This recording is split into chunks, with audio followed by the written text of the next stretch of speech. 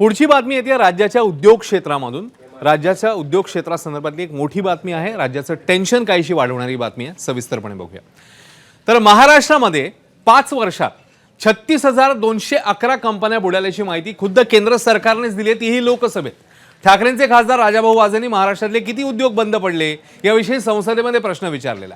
धक्कादायक बाब म्हणजे राज्याचे उद्योगमंत्री उदय सामंत यांना या उद्योगांचं नेमकं काय झालं हेच माहिती नाहीये।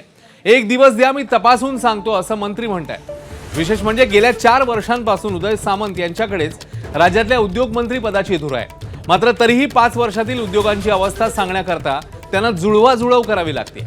एकीकडे 36,000 कंपन्या बुडीत निघाल्यामुळे अनेकांवर बेरोजगारीची कुऱ्हाड कोसळली आहे, तर तिकडे उद्योगमंत्र्यांची अवस्था म्हणजे दिव्याखाली अंधार अशीच आहे का, अशी ही चर्चा रंगतीये।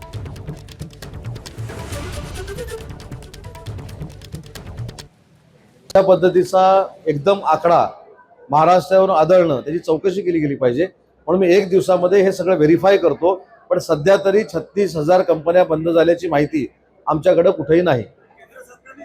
मी तेच सांगितलं, केंद्र सरकारनं जरी दिलं असलं तरी मला महाराष्ट्रामध्ये बघायला पाहिजे ना। मी केंद्र सरकारचं उत्तर चुकीचं आहे असं म्हटलं नाही मगाशी देखील।